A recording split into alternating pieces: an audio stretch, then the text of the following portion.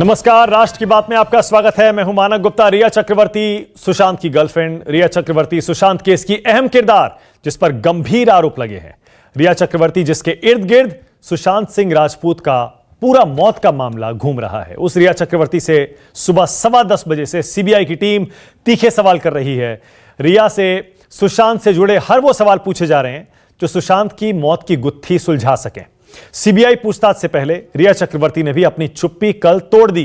रिया ने सुशांत से जुड़े कई सवालों के एक इंटरव्यू में जवाब दिए। हाल ही में रिया का व्हाट्सएप चैट भी सामने आया जिसमें ड्रग्स लेने और देने की बात कही गई है, पर ड्रग्स से जुड़े इस मामले में रिया ने इस इंटरव्यू में कुछ नहीं कहा। सारी बातों का जवाब देने वाली रिया ने ड्रग्स पर जवाब देने से साफ साफ इनकार कर दिया। हालांकि सुशांत पर ड्रग्स लेने का आरोप लगा दिया। राष्ट्र की बात में आज का सवाल, ड्रग्स के सवाल पर चुप क्यों है रिया? और इंटरव्यू में रिया ने जो कुछ कहा क्या सच कहा? इसी पर बहस करेंगे, लेकिन पहले जरा सुन लीजिए कैसे ड्रग्स के मामले पर कुछ भी कहने से बच गई रिया चक्रवर्ती। ड्रग्स को लेकर सारे आरोप आधारहीन हैं और मैं इनके डिटेल्स में सिर्फ एक कारण से नहीं जानना चाहूंगी कि मेरी आगे की इन्वेस्टिगेशन और केस पर प्रभाव डाल सकता है। मैंने कभी कोई ड्रग नहीं लिया। मैं ड्रग टेस्ट के लिए तैयार हूँ। मैं सुशांत को सीबीडी ड्रग नहीं देना चाहती थी। सुशांत ने जया से एक ऑल्टरनेट थेरेपी मांगी थी जिसका सिर्फ कोऑर्डिनेशन मेरे फोन पर है। न मैंने उनकी चाय में कुछ डाला। सुशांत ने खुद किया होगा जो किया होगा। सुशांत मार्जुआना ड्रग लेते थे। वो रेगुलरली पीते थे। मुझसे मिलने से पहले से पीते थे। यहाँ तक कि केदारनाथ की शूटिंग या उससे जरा सा पहले सुशांत ने ये शुरू किया था। सिर्फ इसी डिपार्टमेंट में मैं उन्हें कंट्रोल करने की कोशिश करती थी। मैंने कभी उन्हें ड्रग लेने के लिए नहीं उकसाया। ये वो हमेशा करना चाहते थे। सुशांत वही करते थे जो वो करना चाहते थे। अगर वो ड्रग्स लेना चाहते थे तो ड्रग्स लेते थे। मैंने कभी उनके साथ ड्रग्स नहीं लिया। तो राष्ट्र की बात में आज मेरे साथ तहसीन पूनावाला जुड़ रहे हैं, पॉलिटिकल एनालिस्ट हैं और बहुत क्लोजली सुशांत के इस मौत की गुत्थी को फॉलो भी कर रहे हैं। रजा मुराद साहब मेरे साथ जुड़ गए हैं। इंडस्ट्री के सबसे पुराने, सबसे एक्सपीरियंस्ड और जाने माने एक्टर्स में से एक हैं। मेरे साथ आरती नागपाल हैं, खुद एक एक्ट्रेस हैं। धनराज वंजारी फॉर्मर एसीपी हैं मुंबई पुलिस के, उनको भी आप देख पा रहे हैं। और आकाशदीप हैं, एक फिल्म डायरेक्टर है। तहसीन, मैं आपसे शुरू करूंगा। ये इंटरव्यू तहसीन मुझे पता है आपने पूरा देखा होगा जी। तहसीन, ये ड्रग्स के एंगल पर चुप्पी क्यों साध गई रिया चक्रवर्ती जब बाकी सारी बातों पर इतना खुलकर बोल गई? तो और सुशांत पर आरोप लगा दिया कि वो ड्रग्स लेते थे। हाँ, लेते थे, पर जब उनसे उनकी व्हाट्सएप से जुड़े ड्रग्स के सवाल पूछे गए तो चुप्पी क्यों साध गई?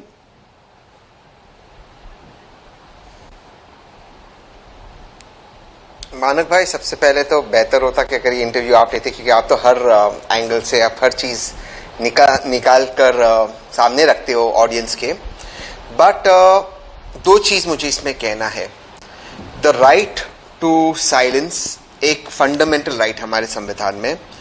तो रिया ने कोई गलत काम नहीं किया अगर उसने किस चीज को उस पर बात नहीं किया, या आर्टिकल 20 सबसेक्शन 3 में उसका एक फंडामेंटल राइट है, हम सबको दिया गया है। दूसरी बात, वो ड्रग टेस्ट के लिए उसने उस इंटरव्यू में कहा कि तैयार थी। तीसरी बात, मैं नहीं जानता अगर उसने कभी लिया है, सुशांत ने लिया है, इन चीज़ों को मैं नहीं जानता। लेकिन जो मैं एक चीज़ जानता हूं कि जो मैरिजुआना की बात हो रही है, सीबीडी ऑयल हमारे मुल्क में प्रिस्क्रिप्शन से मिलती है।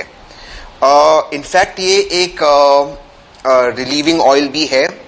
और सीबीडी जो वीड है, जो घास से उगता है, उत्तराखंड और हिमाचल में तो ये आम बात है, उगता भी है, मनाली वगैरह इन जगहों पर।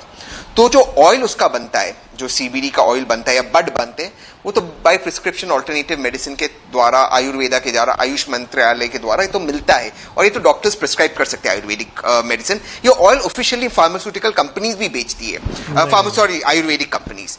तो आई डोंट नो इसकी लीगैलिटी लीगैलिटी छोड़ दीजिए, मैं तो सीधी सीधी बात कर रहा हूँ। मैं तो सीधी सीधी बात कर रहा हूँ। उसी इंटरव्यू में अगर रिया खुल के ये कह सकती हैं कि हाँ ड्रग्स लेते थे सुशांत, लेते थे, बिल्कुल लेते थे, मैंने रोकने की कोशिश करती थी, कंट्रोल करने की। सीधा सीधा आरोप लगा दिया, सुशांत पर आरोप लगा दिया। मौत के बाद सुशांत के कैरेक्टर पर उन्होंने खुलकर बोल दिया कि हाँ वो ड्रग्स लेते थे, इतने इतने ज्यादा लेते थे कि मैं कंट्रोल करने की कोशिश करती थी। और अपने अपने बारे में बोलने से बच गई। यह सही लगता है आपको तहसीन?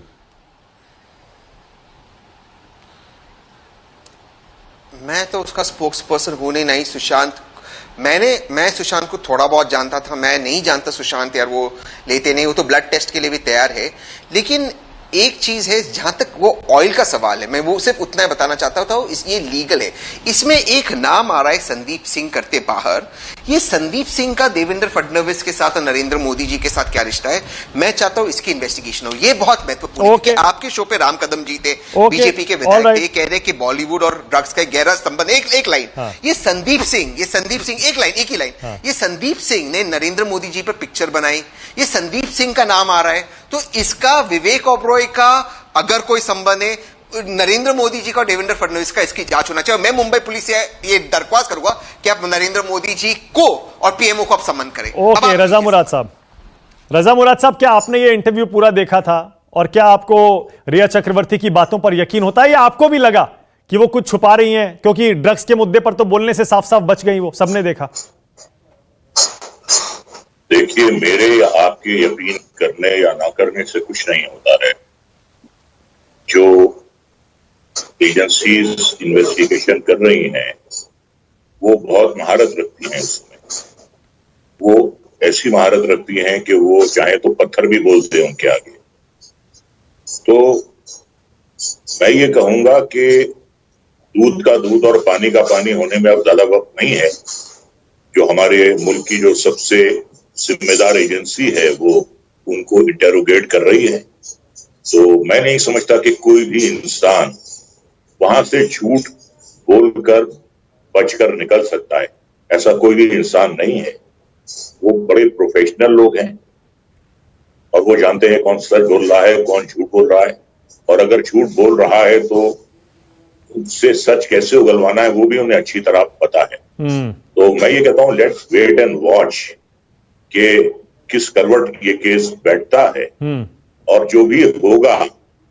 इतनी बड़ी जिम्मेदारी अगर सुप्रीम कोर्ट ने सीबीआई को दी है, वो अपनी जिम्मेदारी समझ रहे हैं और वो बिल्कुल जिम्मेदारी के साथ अपना काम करेंगे। और दूध का दूध, पानी का पानी, जो भी होगा वो सामने पेश करेंगे, जनता के भी और अदालत। ठीक है, ओके, ऑल राइट। आरती नागपाल, आपने भी इंटरव्यू देखा, सारी बातें पढ़ी होंगी, आपको यकीन हुआ हर एक बात पर? और क्या आपको भी शक हुआ जब वो ड्रग्स के एंगल पर सुशांत को दोषी ठहरा देती हैं ड्रग्स लेने का, और खुद कहती हैं मैंने कभी ड्रग्स नहीं लिया?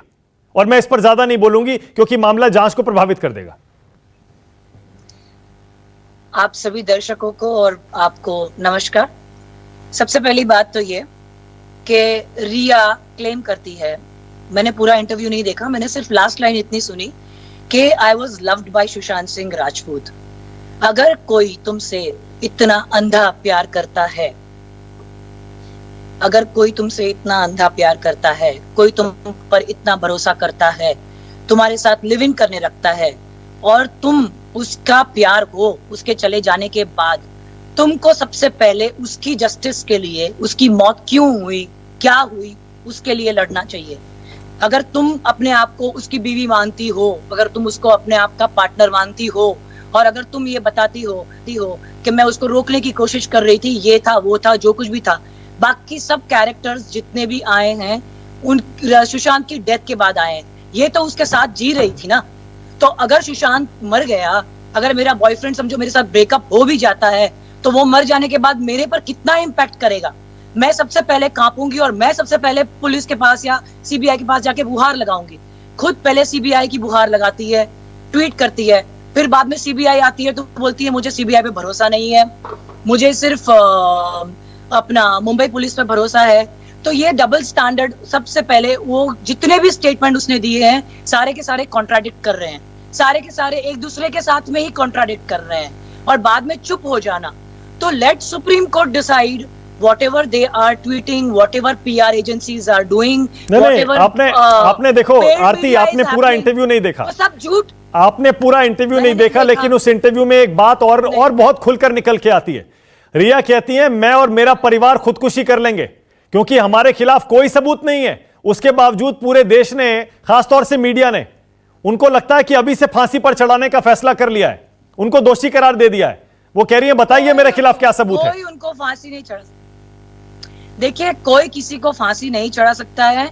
ट्रायल चलती है, दोनों की साइड सुनी जाती है। नहीं, ट्रायल नहीं, मीडिया ट्रायल के लिए कह रही है वो। हर चीज को मीडिया ट्रायल, मीडिया ने ही तो शुरू की है। नहीं, मीडिया और मीडिया में आ रहे लोगों के लिए भाई आप भी तो आके अपनी राय रख रही है ना, इसका मतलब आपके ऊपर भी उंगली है ना।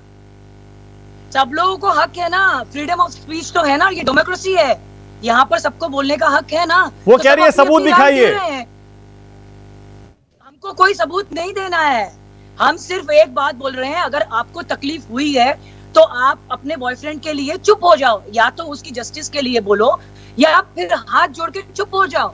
जो भी ट्रायल कर रही है उसके साथ में कोऑपरेट करो, जो भी पुलिस है, सीबीआई है, अपना देश का लॉ है, सबके साथ कोऑपरेट करो, क्योंकि आप उसके साथ में जी हैं। तो आपका खाली एक ही नहीं, वो तो कह रही है 3 एजेंसी से मेरी जांच चल रही है, इतने केस चल रहे हैं, मैं तो कोऑपरेट कर रही हूं। कह रही है मेरे खिलाफ सबूत दिखाइए, कहां है सबूत? और सबने मुझे अभी से कह दिया कि मैंने उसको जबरदस्ती सुशांत को ड्रग्स दिए, मैंने हत्या करवा दी, जबकि मैं तो वहां पर थी नहीं।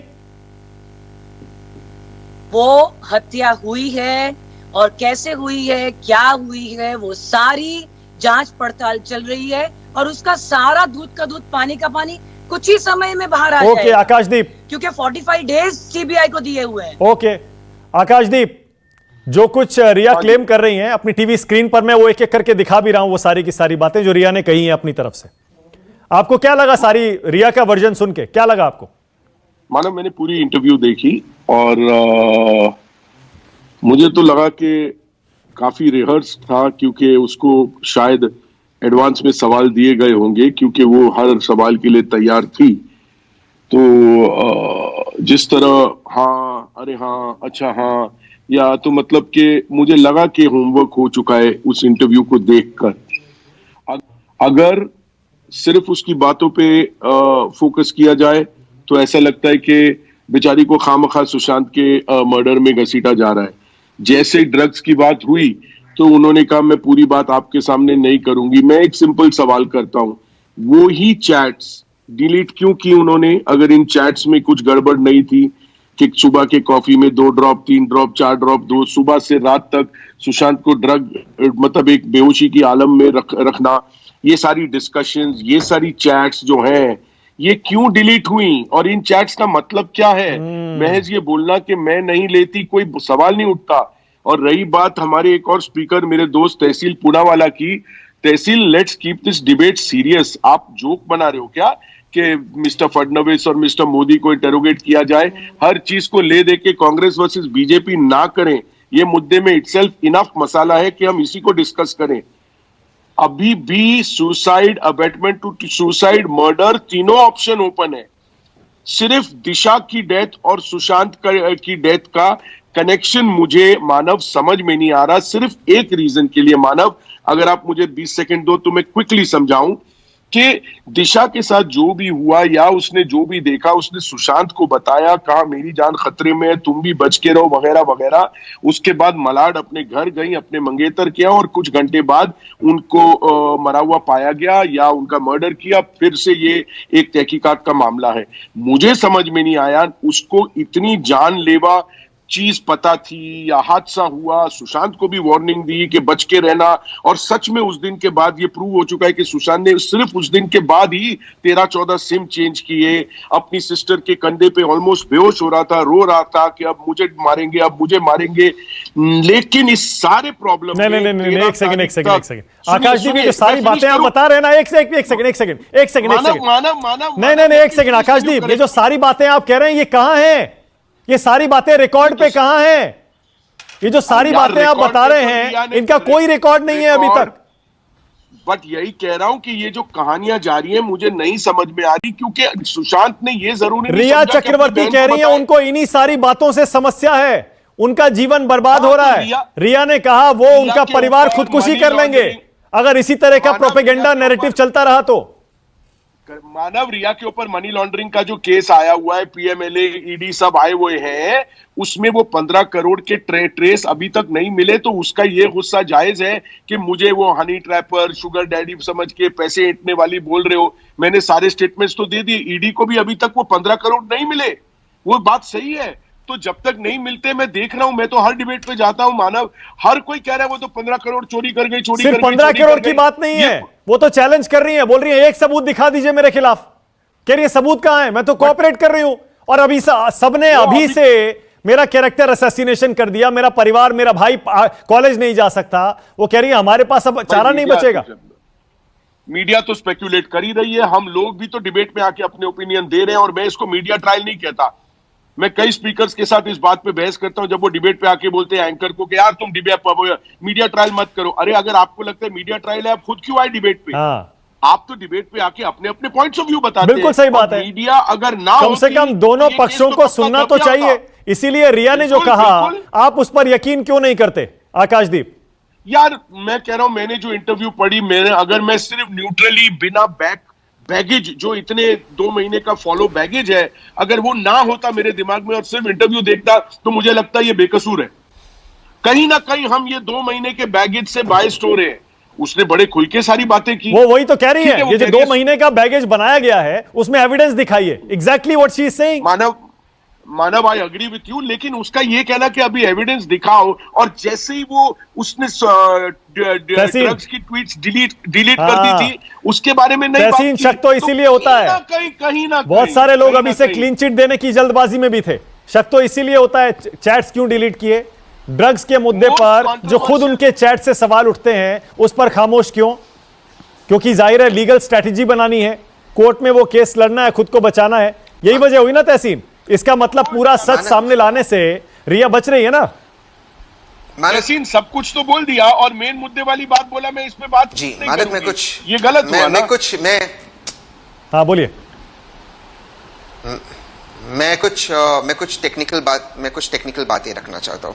सबसे पहले हम जब कहते हैं कि ये व्यक्ति पर आरोप क्यों लग रहा है, ट्रायल क्यों हो रहा है, ये नॉन लीगल बातें हैं, क्योंकि संविधान कहता है हर व्यक्ति इनोसेंट है जब तक उसका गिल्ट प्रूव नहीं होता, ना कि हर व्यक्ति गिल्टी है जब तक वो इनोसेंस प्रूव नहीं करे।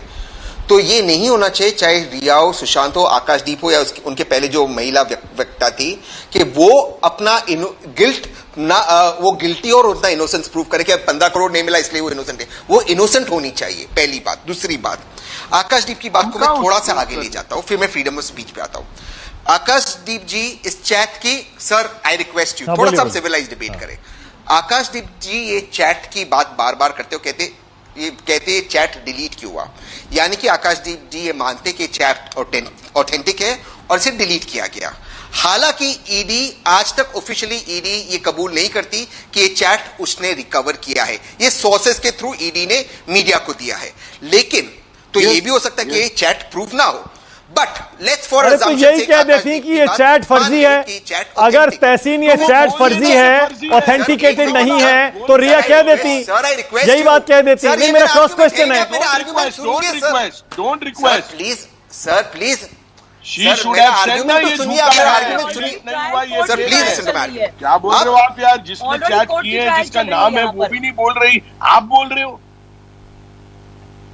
एग्जैक्टली ठीक है सर, मैं अपनी बात रख देता हूं। मैंने ना महिला के बीच में बोला, ना आकाश के बीच में। प्लीज आप लोग कर रहे हो, why are you debating? Simple सवाल ये है,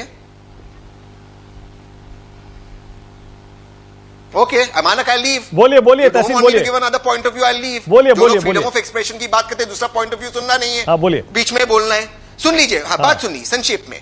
अगर आप यकीन करते हो ये चैट ऑथेंटिक है, मैं रिया की तरफ से नहीं बोल रहा हूं, मैं कुछ और बात कह रहा हूं। अगर आप यकीन करते हो ये चैट ऑथेंटिक है, उसे डिलीट किया गया है, तो फिर इसी चैट के अंदर जो ड्रग डीलर है उसका नाम संदीप सिंह है।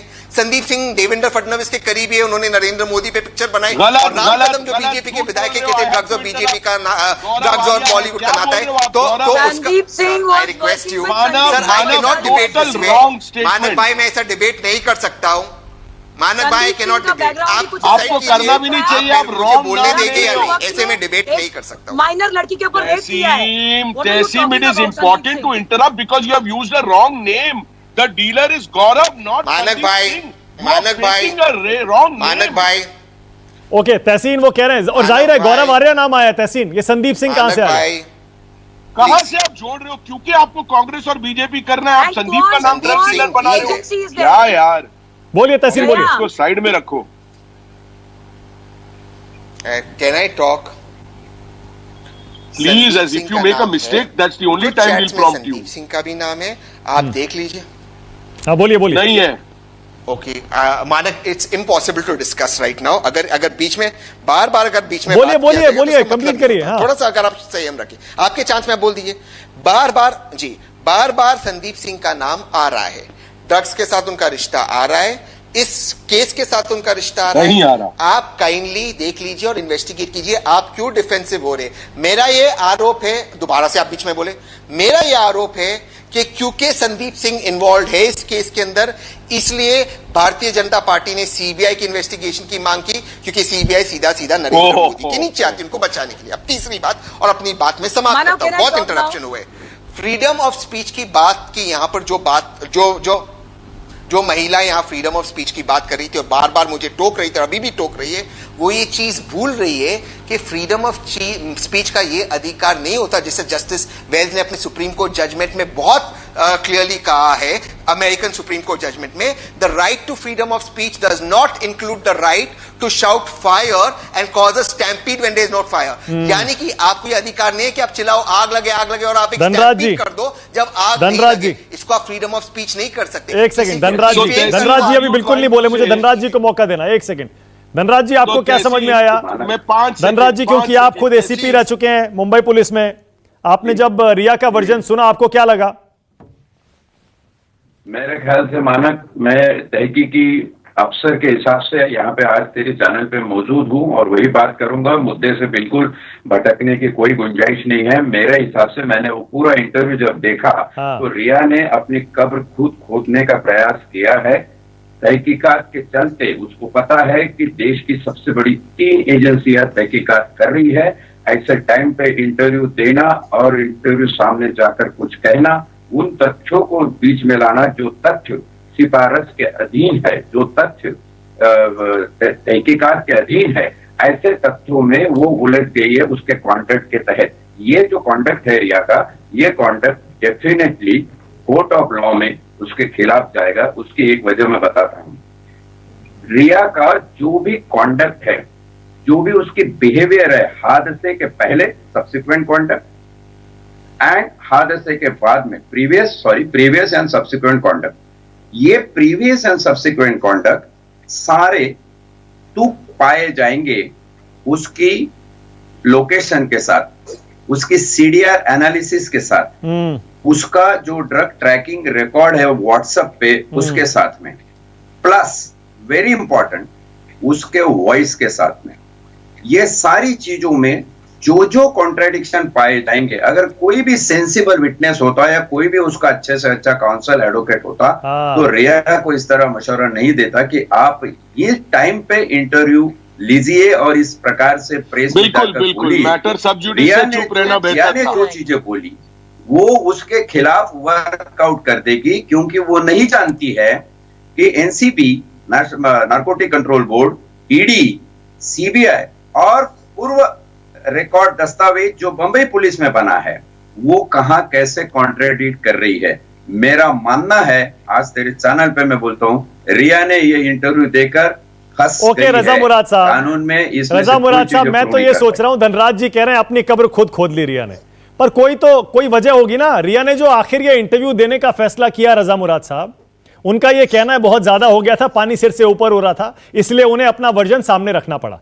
रजा मुराद साहब, उनके पास, रिया के पास भी बड़े बड़े वकील हैं, ऐसा नहीं है कानूनी सलाह नहीं होगी। उनका ये कहना है मेरे पास छिपाने के लिए कुछ नहीं है, इसलिए मैं इंटरव्यू दे रही हूं। आपको लगा ये इंटरव्यू देकर सही किया रिया ने? देखिए, जिस तरीके से उन पे आरोप लग रहे हैं, पर आदमी को हक है अपनी बात कहने का, आरोप लगाने का भी हक है।